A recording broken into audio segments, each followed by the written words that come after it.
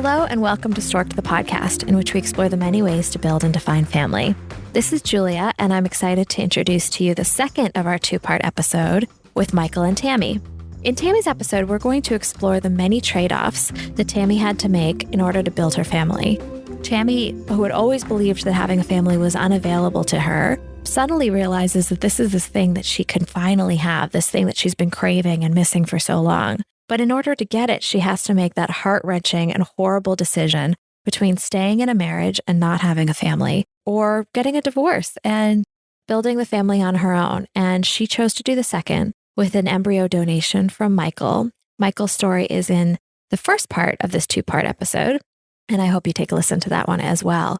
And I think Tammy's episode is so special because it really speaks to what do you do when two things that you want most in life are in conflict with one another? How do you make those really difficult decisions?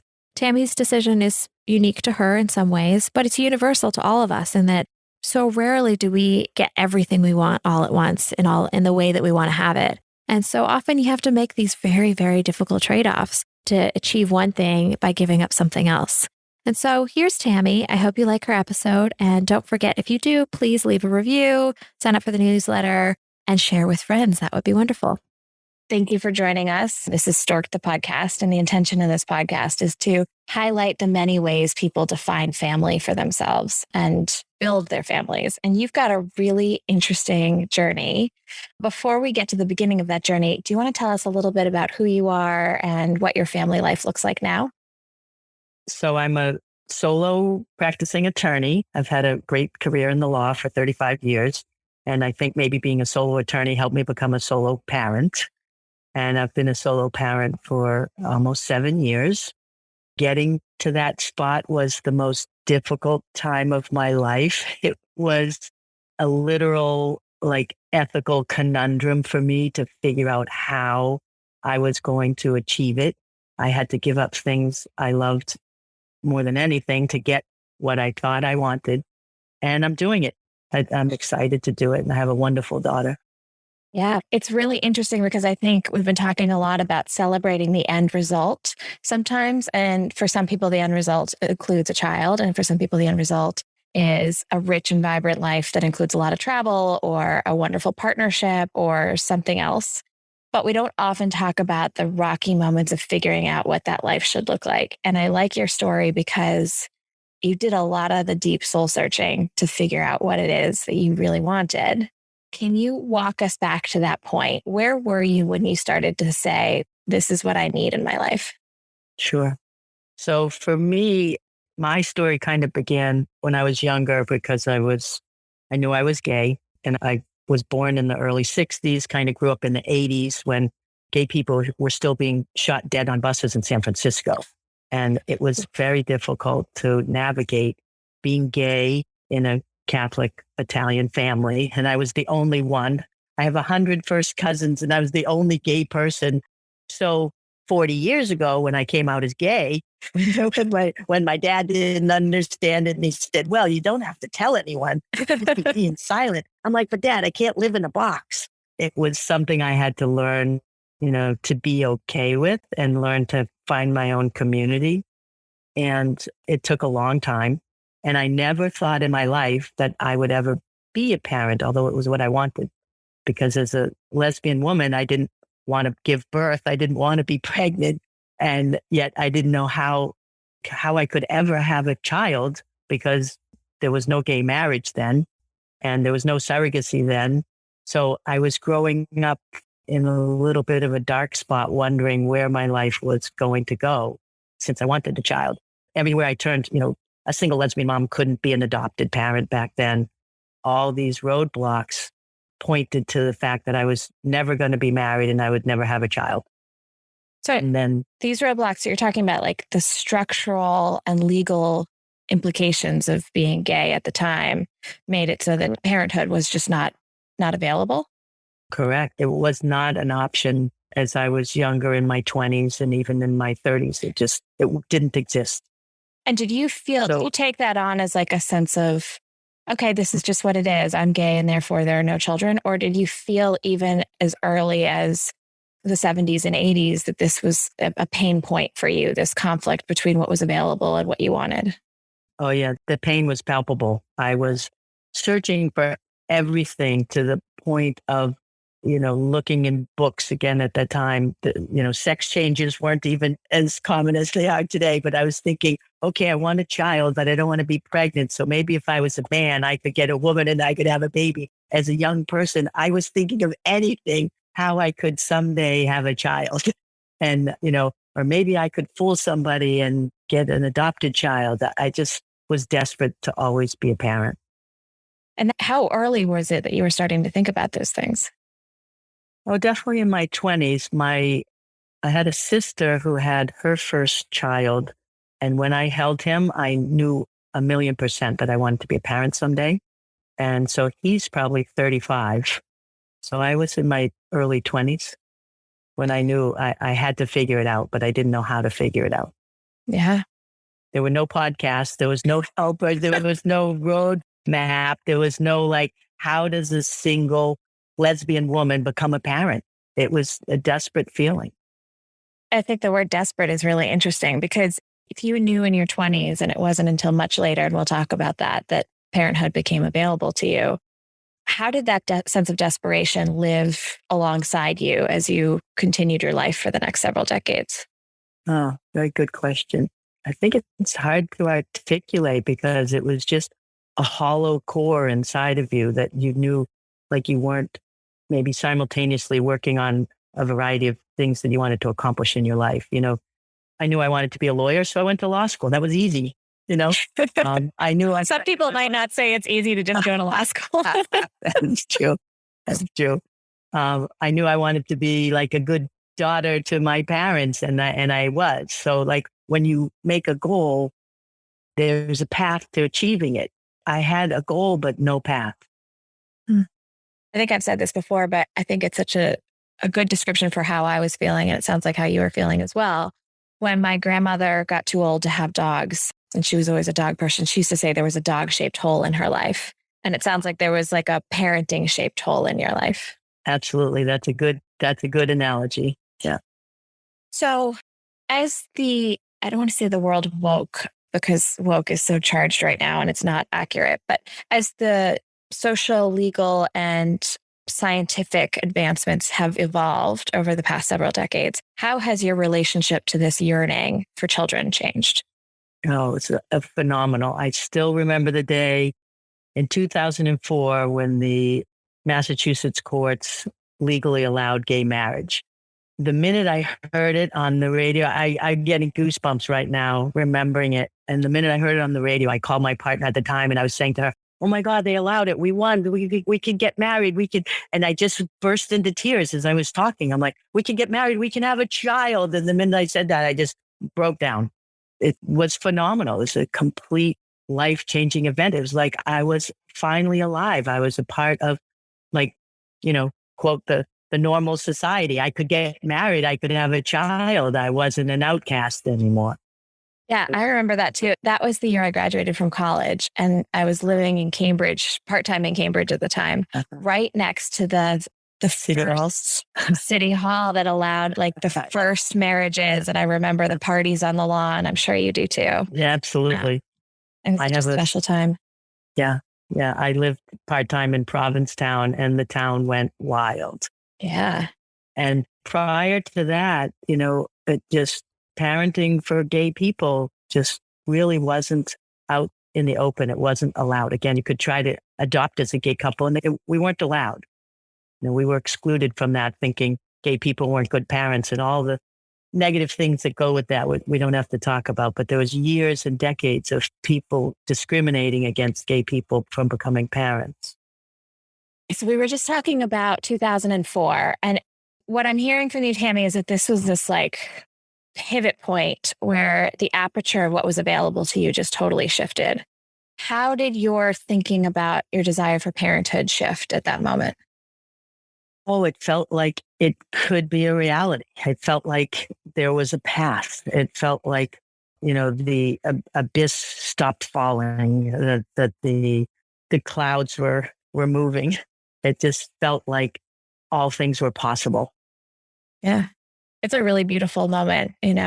Obviously the rainbow is the symbol of gay pride, but what I'm hearing you say is like that moment when the storm goes away and the clouds open and you've got color and sunshine and, or almost that moment in, I don't want to put words in your mouth, but like in The Wizard of Oz when it turns from black and white to Technicolor. Yeah, that's it. It's like, you're right. The clouds moved and the rainbow came out. And I felt like even, being gay, all that wasn't an issue anymore, that marriage and parenting were possibilities for me. And it's your mom always told me that anything's possible. And I love that. Yeah, she's got a lot of optimism. Yeah. So is it true though? Because it isn't just this one moment in time where a law changed and everything suddenly does become possible and everyone's mindset shifts and reactions normalize. It may have been true in Massachusetts, but has it been true since then for you? In Massachusetts, yes. And like you say, the world over is still taking its time. And that's why, again, I love your podcast, because there are corners of the world that need to hear these stories that are just at the beginning of that journey, that these podcasts will change their lives. But for me, in Massachusetts, 2004 was the biggest pivotal change of my life. I mean, being able to be legally married and have a child was all now possible for me. And it wasn't when I was born. Yeah. So it was phenomenal. So what happened after 2004? Did you start making plans and building out a path forward, or did you just get the opportunity to sit with the knowing that things were available that hadn't been available? I don't think I sat for a second. It was just totally off to the races of excitement. And like you said, Cambridge, like the next day, had a mass marriage for gay people, in Provincetown the same. I mean, it was a party like carnival. Everybody just immediately got married and started making plans. And, I shortly after proposed to my girlfriend at the time, and we got married and just started making plans of sort of being, accepted, being a part of that community but now gay people have about the same divorce rate as heterosexual people. So it hasn't been all the roses we might thought it would be. Or has it? Because if you have the same divorce rate in two different communities, then it is truly become more equal. True. And now we have children and the rights for children, and gay people are adopting, and it's wonderful. Okay. So you get married. When was that approximately a time frame? I think marriage was like 2006, a couple of years after the legal right. That's great. And it sounds like the things that you were progressing towards, the things that you were hoping for, are just coming true at that time. Like everything's unraveling in the way that you had always wanted. Exactly. Yeah. That's what I thought. I thought the path was still going to be easy, but it started getting treacherous and taking some circuitous, unmanageable turns. You have talked to me in previous conversations, and you have said that this time period, post-marriage, before having your now daughter, was one of the hardest and most difficult time periods in your life, which is surprising to hear given how dark it sounded like some things felt before 2004. Can you talk a little bit about what was going on or what you were feeling at the time? Sure. Yeah. So before 2004, just, it was impossible. You couldn't get married and you couldn't have a child. But after 2004, all things were possible. So I was in a wonderful relationship with a woman I loved, my heart and soul. And I thought that we were heading towards, building a family, and having a child was the next dream of mine. So then it just turned into, like I said, it was an ethical conundrum that I couldn't figure out. I just couldn't resolve wanting a child and having the marriage. Like I never dreamt I would have to get divorced to have a child, because I always wanted the marriage, which I finally was able to achieve. And my next step was a child, but I had to get a divorce before I got a child, and nothing made sense to me. It just was biblical. It was the toughest test. I didn't want to let go of what I had to get what I wanted. And what I wanted turned out to be a need. I needed to parent for my heart and soul, for my life. I couldn't imagine growing old without a child. I couldn't imagine living a lifetime without parenting. And I just couldn't do it. And to let go of my marriage and the woman I loved it was literally biblical. I couldn't do that either. So I cried every single day, several times a day for years. And that didn't help my marriage, but I tried. So I tried to put them both together and they just weren't going to merge. And was that, I want to be sensitive to people who are not elected to be on this podcast, but what triggered needing to think about it as an either or versus an and? Was it that your partner didn't want children or just didn't have the same vision for family life that you did? I think both of those. And there was so many variables. Like we talked about the possibility of in vitro, like what you're doing for her to be pregnant. And then we talked about the possibility of adoption to the point where we had identified a little baby boy out in New York. And we had gone to see lawyers together. We had gone to see fertility clinics together. We did various things, but her deepest sense was that she didn't want a parent. And then again, even if she had stepped in to do it because of her love for me, it might not have been the best for her life. And she didn't want me to give it up because she said, if you give up doing it, you're going to resent me the rest of our lives. Yeah. So it was just a horrible predicament. And it played out hopefully the way it was supposed to. But I prayed all along that maybe as I got myself closer to doing the surrogacy, I kept praying, maybe she'll get on board now. Maybe she'll get on board now. Now that I've solved this problem, maybe she'll get on board with me. But it didn't happen. So. Yeah, we've had other guests on the podcast and other conversations, and it can be really difficult to reconcile feeling like you really don't want a parent and the expectations of becoming a parent. So you're simultaneously solving the equation, trying to figure out how to create a family that involves children while navigating some difficulties in your marriage. And you're hoping that it's going to come together and praying that it's going to come together. It's interesting that you sort of parallel pathed the marriage and the surrogacy plans. Can you talk about that? Did you just dive into surrogacy and say, I'm going to do this on my own and let's pray you come along with me? Or was she part of the surrogacy journey and then pulled out? What's the timeline there? Yeah, I think it was a parallel path because, again, I just tried everything that I thought could work. And when nothing was working, talking to my minister, talking to my friends, talking to everybody that would listen, I got to the point where close friends of mine who I had, been at their wedding and I had been in the hospital when their children were born, 2 men from Provincetown. And they finally said to me when their second child was born, they said, we have extra embryos in our cryobank or whatever the correct term is. And we've finished having our children now. We don't want any more children. And if you still want a child, we will give you an embryo. And that was like, again, I have goosebumps remembering the conversation. I mean, who gives you a child? Who gives you a fertilized embryo that they had done all their due diligence because they had the finances to do it. And the embryo had been genetically tested. Everything was just like too good to be true, too much of an amazing gift to ever say no. And I said yes. What was that like? Was it an easy decision? Was it just a hell yes? Or were you still wrestling with, if I say yes to this, it means saying no to my marriage?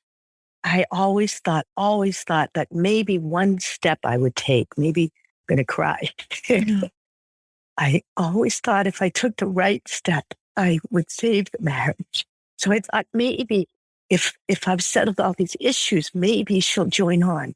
So if I say, okay, you don't have to be pregnant. We don't have to adopt a baby that we know has a mental and a physical handicap. This child in New York was being born addicted to methadone because the mother was addicted to cocaine, and we were willing, but then it just seemed overwhelming in a marriage that was already. So anyway, I thought maybe if I made the right step, it would save the marriage. So this seemed perfect. It was a genetically tested embryo. I knew it was a girl, which I wanted a girl. And I told my spouse, you don't even have to be pregnant. I'll hire a surrogate. You don't have to cook. I'll hire a cook. You don't have to clean. I'll hire a cleaner. You don't have to do anything. Just let me have a baby. But I couldn't convince her. So I did all that. I got the embryo. One of my sisters helped me find a surrogate who was the daughter of a friend of hers. And I was able to partake in everything, which was also my dream, to watch it all unfold. We should definitely talk about the surrogacy process in a second, because I think you've encountered some interesting challenges or learning experiences along the way. But I think it's so challenging when you have two people in a relationship that love one another but can't make the logistics work. Like there's something structural. What I'm hearing you say is it was hard to solve the technical challenges, but the baseline emotional challenges were unsolvable. I'm appreciating how raw and vulnerable you're choosing to be in this. Yeah, it's like I said, there are people that are going to hear your podcast all over the world that need to know they're not alone, and that their tough times are times they can get through. And whatever the end result is, whether it's a child or not a child, you're going to get to a different place in life, and you're going to learn and experience, and you're going to have a full life. You taught me the saying, and I love it: live life for the storyline. It's so true. Live your life. Don't stop for anyone, Well, that's your motto. Live your life and don't stop for anyone. Yeah. And I did not want to be divorced to have a child, but it turned out that way. Mm. Yeah. I didn't expect to be single and have you. Right. And wait until the rest of your future comes down the pike. It's going to be amazing. Yeah. And because you've already demonstrated that. It's funny how things don't look the way they're scripted to look. Mm-hmm. Mm-hmm. True. And how we, living in a society in America, where we do these feelings of, compulsory heterosexuality and these feelings of, compulsory, you've got to get married to have a child. All those barriers and all those nonsensical, ways from the past need to fall so people can live their lives the way their lives unfold for them and all be accepted. We're going in a different direction here, but do you think there's a relationship between compulsive heterosexuality falling, and now we're fighting quite a bit for it, for the rights that have been gained over the past 20 years, and the compulsory family building that we've been doing? Do you think those are similar? Yeah, absolutely. And it's what's changing the world. It's what's your podcast is part of that. We're exposing things and old ways for refreshing new ways. Yeah, it does feel like there's a lot of social changes happening simultaneously right now. Yeah. Yeah. Well, one of the things that's changed, and we've talked about this a little bit on other podcasts, is what is legal and available from a surrogacy perspective. And I think you had to navigate that 7 years ago. Can you tell us a little bit about finding your surrogate and any legal implications for working with a surrogate at that time? Yeah, sure. So my sister identified the surrogate, who was the daughter of a friend, and she was a young woman, not even 20. But in order to become a surrogate, you have to have already had a child, because no medical facility would implant into a woman who's never had a child before. So that's one of the rules. So she had a child. She had a young son that was maybe like 2, and she decided to do this job of being my surrogate, obviously to help me become a parent, because she was very sensitive to that, but to earn money that she would then use to raise her own child, which was great. So it was a win-win. And you did that outside of an agency. So did you have to set up things to protect her, to protect you, either legally or financially or medically? Absolutely. Yeah. All the same contracts and everything, the surrogacy contracts, all of that was put in place. And once all those contracts were in place, then the next step for the surrogate was to start taking medical injections to get her body prepared to accept the embryo. And I had a friend of mine who was a nurse. So from the beginning, I was able to be involved in everything. So I would take the surrogate to my friend who was the nurse to do the shots in her leg or wherever they needed. And so from the very beginning, I followed her through that journey. And I was at every doctor's appointment. And of course, the insemination part itself was the most beautiful day also of my life. It was myself, my sister, the surrogate, and her mother. And we're all in a car in the parking lot of the fertility clinic. And her mother starts like a group prayer. And we're all like holding hands, like just praying that this insemination is going to work. And it was so beautiful. So we had a wonderful prayer. We go in, and all four of us were in the same room with the embryologist. He comes over and he shows me a little tube labeled number 44 that he claimed was, the best embryo that they had. And he gave me two to choose from. So I right there, I was like, oh my God, which vial do I choose to become my child? And 44 happened to be my favorite number. And he was pushing number 44. So I chose that. That's a sign. It was amazing. Yeah.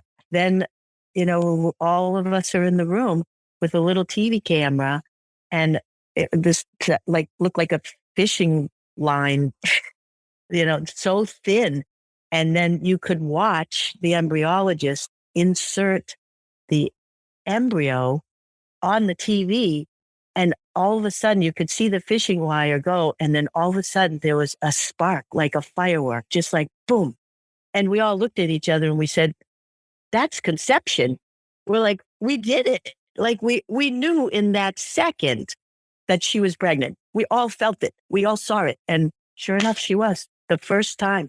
I've never heard of that before. I don't know how else to explain it. Like medically or theoretically, based on my limited, I'm not a doctor, the moment of conception happens when the embryo attaches to the uterus. I think. Don't quote me on that. But so you're saying you saw something. Do you think that was a biological, physical, real something that you saw? Or do you feel like it was some sort of spiritual shared moment of like, aha, this is going to work? I just have to say it was magical. And yeah, it was like not knowing enough biologically what it was. And I just like saw it, and I just felt in my heart and soul that this process was going to work. So, that, and then, and the surrogate also said, yeah, I'm pregnant. I'm like, okay, like 10 seconds later. It's funny. Good. That spark, I've heard from one other person who's going to be in this season that she, in the moment of conception, which was in a more traditional way, had a vision, in the moment. And it was the moment of conception. So I think these stories are really fascinating. Yeah, they are. And even for the surrogate, who was like 18 years old and had a child before, she even told me categorically she knew she was pregnant. Yeah. Yeah. So that was exciting. That's amazing. Is there anything else you want to share with us about working with a surrogate or the experience of this IVF process that others should know? Sure. My experience is definitely a little unique. I was older when I did it. I mean, I became a parent at 53. And so I had the wherewithal and the ability to do some things that I just wanted to do. Like I kept delivering her organic food every week, and I would see her all the time and take her to every doctor's appointment. And once we knew she was officially pregnant, probably somewhere around the 6-month mark, then I had to do another series of legal papers to make the child mine when the baby was born. And then some unique twists started coming into play again, because in the state of Massachusetts, you cannot get a pre-birth order for a child being born unless you have a biological connection, which I had none. So I couldn't get a pre-birth order for the baby if the baby was born in Boston. So what does that, you're a lawyer, walk me through the ramifications of that. If the baby's born in Boston, and because neither the egg nor the sperm is from you, what's the risk that the surrogate will walk out of the door with the baby and say, this is my child now? Or well, correct. It's not even a risk. It would have been a reality. If the baby was born in Boston, the baby absolutely legally would have belonged to the surrogate. No if, and, or but. Wow. And then she would have had the right, even despite all the contracts, she would have had the right to keep the child. And from there, if she didn't want the child, I would have had to have gone through a full-blown adoption. So that adopting my child wasn't in my plans to go through well, first of all, the baby would have left the hospital with her, and I would have had no legal connection to the child until a legal adoption happened, however many months or a year later. Wow. So that was a worry. But luckily, at the time, I also owned a house in Rhode Island. where my spouse and I lived for 10 years. And the state of Rhode Island allowed a pre-birth order for a baby that you're not biologically connected to. So I was like, oh God, like it's really happening for me. So I went to the court in Rhode Island and applied for a pre-birth order that would make the child mine upon birth, but only if the baby was born in Rhode Island. And I remember the day the judge signed off and gave me the order, and she just looked at me and she said, "Counselor, your life is about to change." And I said, "Thank you, Your Honor. I've been waiting for this dream for years." Wow. So I walked out of the courthouse with the papers that the baby would be mine upon birth if born in Rhode Island. So then I proceeded to talk to the surrogate every single day and tell her, if you go into labor, you get in a car and you drive over the border into Rhode Island, I will meet you on the side of the road if I have to. We'll call an ambulance, but you must get into the state of Rhode Island. No ifs, ands, or buts. Was there any risk? Did she make it to Rhode Island safely? She did, but we had several false labor times, which got scary. And then on the last false labor, I requested that she just stay in my house and not leave. It was maybe another 4 or 5 days. And then finally went for the real birth. So what was it like to become a parent at 54? 53. 53? Yeah. It was just goosebumps. I'll never, ever, ever forget it. I was in the delivery room for my child. I caught my baby coming out. I just can't believe all those dreams came true. I was like, oh my God, I hadn't slept in days. And when I first saw the baby's head come out, my brain just said, oh my God, there's a baby in there. And then I caught her coming out. I cut the cord, and it was the most amazing, beautiful experience you could ever imagine. I held the baby and gave the baby to the surrogate who carried her, and everything was joyful and beyond amazing. Wow, what an experience. So Tammy, you've now been dreaming about this moment since you were a teenager and planning for it since 2004. And if I'm doing my math right, just over a decade later, it becomes truth. It becomes a reality for you. 2014. So 10 years later. And now you're a mom. What is it like to parent at 53 or to become a parent at 53? Well, because I've never been a parent before, I don't know the difference. Although, I've seen all my friends like you doing it a lot younger. And although if it happened to me younger, I would have been happier in a way, only because you worry, what your lifespan is. But every day my daughter prays for me to live to be 153. When she gets a wish or throws a penny, she says, I wish I had a dog and I wish my mom would live to 153. Oh, that's really cute. So she wants me to, live a nice long life. And I'm lucky that I'm healthy. I'm active, and I have zero restrictions on parenting her at my age. I have wonderful friends.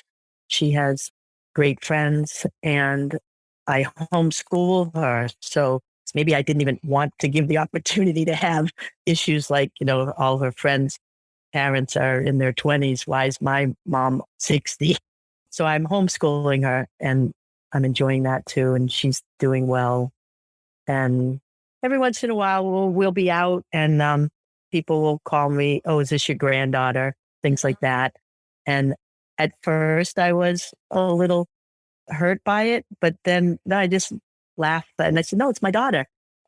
People will hear her say mom, and they might look twice. She has some full biological siblings that live in the UK. One full brother and one half sister. They're siblings. They're siblings, yeah. And they're being raised together. Correct. And so when you talked about these children, do you discuss them as though they're siblings, or what's the language you use to connect or talk about these other children? That's a good question, because I'm still developing it a little bit, because I want to be sensitive to the dads who donated to me. And we're friends. We Zoom with each other. There's a lot of similarities between these children. And when she sees them, she would say to me things like, how are we connected? Are we cousins? Mm-hmm. And then we haven't seen them for almost 2 years because of COVID. And she said to me the other day, she's like, Mom, I really miss them, but I don't know why. And so there's definitely an internal feeling of connection. And when we last saw the man that's her biological, I don't even know the term to use, Julia, but he's her biology. I'll say he's her male biology. Great. Okay. And when they saw each other, they just held hands and they just were just so connected. You could see it. So, isn't it interesting that you talk about breaking down barriers? Our lives are moving so rapidly and science is moving so rapidly, but our language can't keep up. It's hard to know what to say in some of these conversations. Yeah, true. And our minds get stuck in wait a minute, I had a baby without being married. Was that okay? Okay, I did that. Or I had a baby at 53. Is that really okay? And you just have to forge ahead. What's the voice in your head that says it might not be okay? The past growing up with all the restrictions that, you weren't supposed to do. But they have to really be gone for good. And I hope that the future generation, your child, my child, will never have to go through the angst and the emotional drama of being restricted by unnecessary rules. If that's the way your life goes, that's the way your life goes.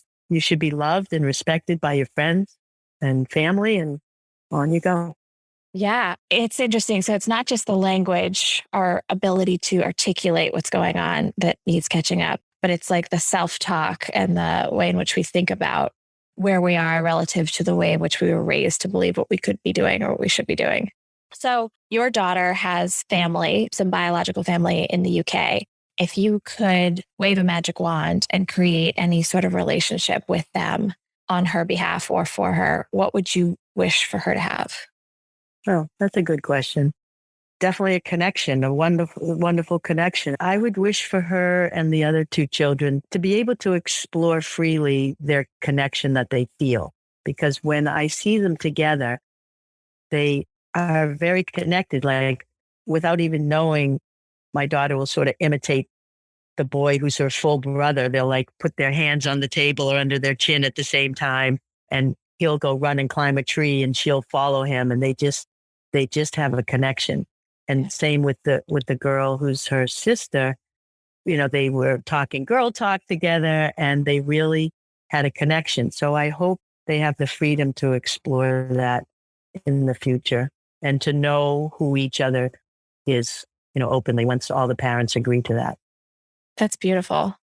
So your family life has changed quite a bit. It has gone from, I'm going to put words in your mouth a little bit, a sense of maybe loneliness or feeling like you didn't have things that were accessible to you because you were gay in a world where that was not as accepted, to a sense of freedom that you were able to get married to somebody that you were deeply in love with, to divorce, and to becoming a solo parent later in life. And now your daughter has this rich biological network overseas. Given all of that, how do you define family? Well, I love that you're asking this question and exploring it. So from when I knew I was gay and I started getting into the gay community has a code word, which is family. So when you see each other, you'll say, or you'll look at a gay person years ago and you'll say, "Are you family?" And someone may say, "What are you talking about?" And then you're like, "Okay, you're not." Yeah. Or you would use the term to be a part of the gay family worldwide. And as you said, the rainbow symbol. So you would see little clues to know if somebody else was gay. And that was part of your family. And then the second part of definition for family for me is the family that you don't have a choice to be in. That's the family you're born in. And that's the legal family you're born in. And those become your legal siblings, your legal aunts, uncles, cousins, whatever the case. And some people say that children choose their parents for all those reasons, that you, as a child coming to the world, you'll choose the parents that you need or the siblings you need, and you'll get into a family nucleus that you need for some aspect of your life, whatever it is. But then it turns out that family of non-choice might end up being people you don't get along with or you don't resonate with, or you don't have the same morals or ethics or whatever. And then you start to branch out as you get older and you say, wow, then you make friends that become your chosen family. And those friends can end up being people you are internally, morally, ethically connected to, people that are just as close to you as family, that would do anything for you. Your mom gave me a baby shower. Your mom was there for me. When I got divorced, when I left, I don't want to cry again. When I left the courthouse from getting divorced, I went straight to your mom. And I sat in your kitchen for probably 4 hours, uncontrollably crying. I couldn't breathe. And your mom sat with me the whole time until I could get up and walk back to my car. And that is a lifetime friend. I'll never forget her. I mean, that's family. Who does that for you? So that's the family of your choice. So I have like 3 families. The gay family is a community of family.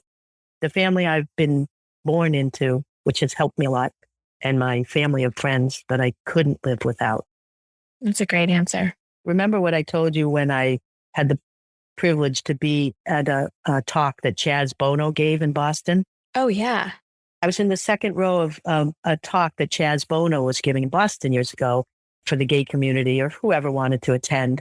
And one of the things he said, I will never forget, he was saying how difficult it was for him to journey from being a woman to a man and how he knew he needed to do this. And it was, what he wanted and dreamed about. And he said, one very irate person came running up to him in his face one day and just screamed at him and said, God doesn't make mistakes. And he calmly looked at this person and said, you're right. I was meant to be a trans man. And when you digest that statement, it just tells you everything. It tells you everything, that to follow your path and you're meant to be where you're going. I just love that statement. So when you internalize that for yourself, what were you meant to be? A solo mom. I never dreamt, in my whole life, I never dreamt I'd be a solo mom at 53. When I was young, I just wanted to be married and have a family, multiple kids, the way I grew up in a big Italian family. I just thought that was what people did. I never dreamt I'd be a solo mom at 53. And I'm happy and healthy. And I feel fortunate and blessed. And for anybody who wants to be a solo parent that feels they can do it, I encourage them. And the roadblocks will fall away. So your story is so rich and nuanced, and it's very hard to capture in a single podcast. Is there anything we haven't touched on that you think is important to share with the world? Oh, gosh. Julia, again, any part of my story through your podcast, if it would help one person, would make me joyous. And I think if there's a continuation to my story, it would be with the men who unselfishly and most generously donated the embryo to me to be where I am. I would not be here first and foremost without them. Tammy, it's amazing to have known you my whole life and now to sit here and even knowing the story and having watched it unfold over the 8 years that you've had your daughter. I'm including the surrogacy journey, and the pregnancy is part of that. Yeah. I don't think I had an appreciation for it in the same way that I do when you get to sit down and just like talk it through, and say, and then what happened? Then what happened? I'm really grateful for you for doing this. Oh, I am so elated with pride, Julia, that you took the courage to do what you're doing. Thank you. Thank you. You're the best. You are. Thank you for listening to Stork'd with your host, Julia Carroll. This podcast is changing the conversation around the ways people define and create family. If you like what you hear, please support us by sharing with friends and following on Instagram at Stork'd_podcast. We also always appreciate it when you rate and review us wherever you listen to your favorite podcasts. For more information, visit storkedpodcast.com to sign up for our newsletter. That's STORKD podcast.com.